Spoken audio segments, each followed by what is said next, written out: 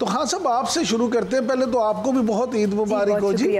हाँ साहब, ये फरमाइएगा कि ईद का दिन कैसे गुजरता है? पुराने यार दोस्तों से भी मुलाकात होती है, महफिलें जमती हैं, या कैमोफ्लेज ज़िंदगी गुजारते हैं?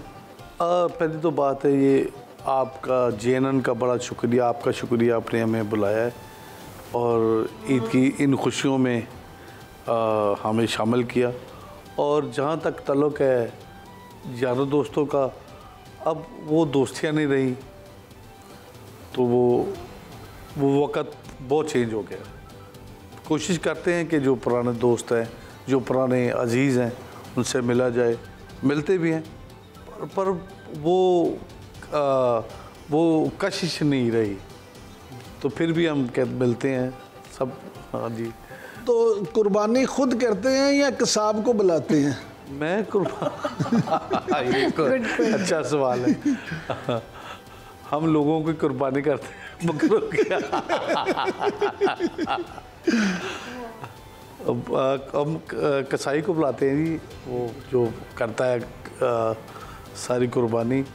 तो अल्लाह का शुक्र है, अल्हम्दुलिल्लाह। बच्चों को बड़ा शौक़ है, मेरे बेटे को, बेटियों को बड़ा शौक़ है कि वो जानवर, वो जो जब बकरे लेके आते हैं तो उनकी ईद हो जाती है, उसी दिन से उनकी ईद शुरू हो जाती है। तो मैं कभी जब जिवा करते हैं बकरे, तो मैं उनको सामने लाता, मैं दिखाता नहीं उनको, तो बच्चे हैं अभी, तो फिर वो कहते हैं कि किधर गए बकरे। बिल्कुल सही। मैं पुत्र टिटा दी बिल्कुल सही। आशिया साहब, आपकी ईद कैसे गुजरती है? क्या आम ख़वातीन की तरह आप भी मेहमानदारी में बिज़ी रहती हैं, ख़ुद गोश्त बांटती हैं, हिस्से करती हैं, या सिर्फ बैठ के देखती हैं? नहीं जी, मैं एक घरेलू ख़ातून भी हूँ। सबसे पहले तो आपका बहुत शुक्रिया, आप सबको मेरी तरफ से, JNN देखने वालों को ईद मुबारक। आपने मुझे यहाँ बुलाया, खान साहब के साथ बैठने का मौका मिला, आप सबका शुक्रिया। और दूसरी बात ये है कि मैं माशाल्लाह कुकिंग भी बहुत अच्छी करती हूँ, और खाने पीने में मसरूफ़, मेहमानदारी में मसरूफ़ दिन गुजर जाता है जी। फिर अगले दिन हमें भी जाना पड़ता है कहीं फैमिलीज़ में इधर उधर, तो बस ऐसे ही अपनों के साथ मिल के ईद होती है। तो आज क्या डिश बनाई थी आपने?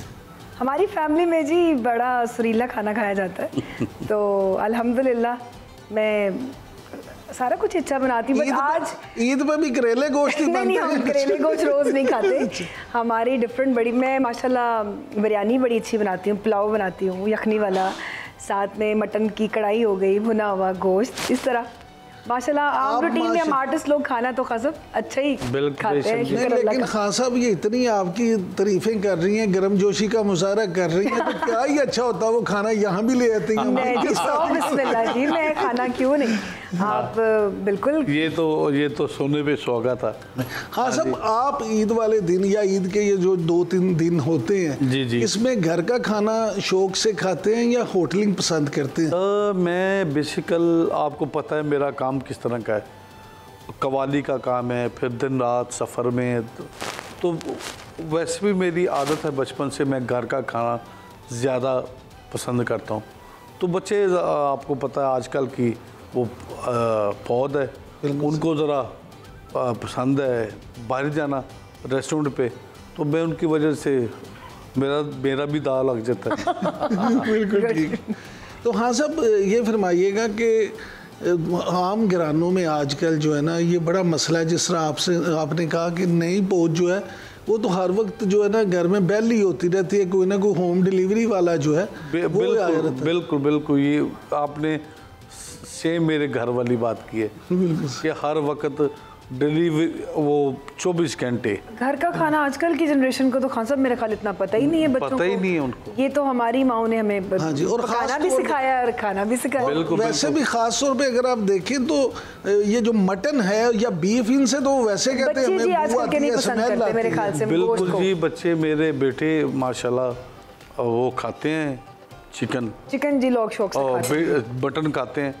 बेटियां तो बिल्कुल चिकन, वो देखा ही उन्होंने, हाँ जी, चिकन खाते। ये आजकल फास्ट फूड बहुत बच्चे शौक से खाते हैं, लेकिन घर का खाना तो मेरे ख्याल से बेस्ट बिल्कुल। हाँ साहब, कभी ऐसा भी हुआ है कि आपने ईद वाले दिन कहा हो कि आज सब पीछे हट जाओ, मैं खुद को खाना बना के आपको खिलाऊंगा? नहीं, ये ऐसा दिन नहीं हुआ मैं, क्योंकि मैं खाना बस शौक रहा हूँ। और ईद का जो गोश्त है ना,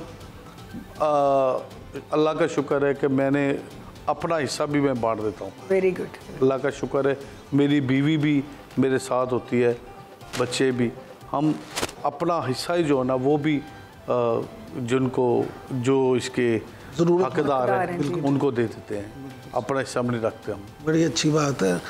आशिया साहब, आप जो हैं वो खुद कुकिंग करती हैं ईद वाले दिन? जी मैं करती हूँ, बिल्कुल।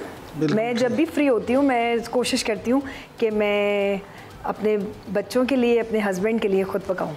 अच्छा खान साहब, आपके वालिद मोहतरम जो थे उस्ताद मंजूर हुसैन संतू खान साहब, वो खुद एक बड़े नामवर और मकबूल कवाल थे। बिल्कुल, लेकिन आप शागिर्द उस्ताद नुसरत फ़तेह अली खान के हुए, ये क्या मामला है? देखिए जी, बात यह है कि हम एक हमारे गाने वालों के घरों में ना एक चीज़ बड़ी कॉमन है कि ये इस घराने से है तो ये उस घराने का क्यों शागिर्द हुआ। मैं, मेरे वालिद साहब, हम इस चीज़ के ख़िलाफ़ थे। इल्म हासिल करना चाहिए, चाहे चीन जाना पड़े। वाह वाह वाह। तो लफ्ज़ इल्म जो है ना, इल्म बहुत बड़ी दौलत है। इसमें कोई बड़ा नहीं होता, कोई छोटा नहीं होता। इल्म सीखने के लिए आपको किसी घराने के कोई भी दुनिया का काम है, ये तो फ़न मौसीकी की बात है ना, फ़न कवाली की, कोई भी दुनिया का काम है ना, उसके लिए आपको उस्ताद पकड़ना पड़ेगा। जो उस्ताद है, फिर उस्ताद नुसरत फ़तेह अली खान जैसे कोई पैदा न शुद, जो बिल्कुल ठीक, ये दो राय नहीं है कि नुसरत फ़तेह अली खान पैदा न शुद। अच्छा खान साहब, आपने ये फैसला कब किया कि मैंने भी कवाल ही बनना है? क्या बचपन से सिर्फ घर के माहौल की वजह से, या कोई ऐसी कवाली सुनी कि जिससे आप में ये जज्बा या शौक़ पैदा हुआ कि मैंने भी कवाल बनना है? जी, मुझे बचपन से भी शौक़ था बहुत। तो मेरे दादाजी ने मुझे दुआ दी थी कि मेरे ज़ुबान पे अपना लब लगाया था। तो ये बातें हम आम नहीं करते, बहरहाल आपसे कर रहे हैं कि आपने सवाल किया है। मुझे बचपन से शौक़ था, तो मेरे दादा ने कहा था कि ये बच्चा गाएगा। तो बस उनकी दुआएं, उनकी मेहरबानी। और जहाँ तक बात है कव्वाली की, सुनने की, हमारे घर में एक उर्स करते मनाते थे मेरे दादाजी, बहुत बड़ी महफिल होती थी। तो हमारे घर में आए थे नुसरत फ़तेह अली खान। ये बात है 1987 की। उस वक्त मैं बहुत छोटा था। जब खान साहब को सुना मैंने, तो मैं सुनता ही रह गया कि यार ये क्या बंदा है, हम है तो हमारे ब्लड में ये। बिल्कुल सर। तो बस फिर उस वक्त से फिर वो मुझे ना, वो अंदर ना जंग शुरू हो गई कि यार मैं करना है। फिर अल्लाह का करना है हुआ कि माँ बाप की दुआएं, पीर मुर्शिद की दुआएं, कि उन्होंने वक़्त आया, मैं अब वालिद साहब की सीट पर बैठ गया। तो फिर मैंने मैं फ़ैसला किया कि मुझे खान साहब से सीखना है। हालांकि मेरे फैमिली में बड़ी जंग सी छिड़ गई। मेरी फूफो भी बढ़िया, और मेरे और भी रिश्तेदार आ गए, जी तुसी संतू खान दे पोते तो तुसी। हमें बड़ी बातें सुननी पड़ी, पर हमने इस पर तवज्जो नहीं दी। जब खान साहब को कहा कि मेरे वालिद साहब ने, उन्होंने कहा जी 100 से मिला। उन्होंने फिर मुझे अपने बेटों की तरह सिखाया। 9 साल सीखा मैंने, और दुआएं बड़ी ली उनसे बड़ी दुआएं ली मैंने। हाँ साहब, कौन सी ऐसी कवाली थी जो आपके दिल पे सबसे पहले जिसने असर किया? कवाली थी उनकी एक, उन्होंने ना सिर्फ पढ़ी थी, हाँ अहमद के आहद में क्या समझूं, अहमद के आहद में क्या समझूं, ये कौन है मीम की चिलमन में, हैरत के हजा साया भी नहीं, लगता वह इंसान देखन में। वाह। तो वो कवाली थी हमारे घर में, तो बस अजीब समा था वो। मैंने इस तरह की कवाली नहीं पहले सुनी थी। मैंने फिर उसी दिन फैसला था मेरा, मैं शागिर्द होना तो खान साहब कौन है।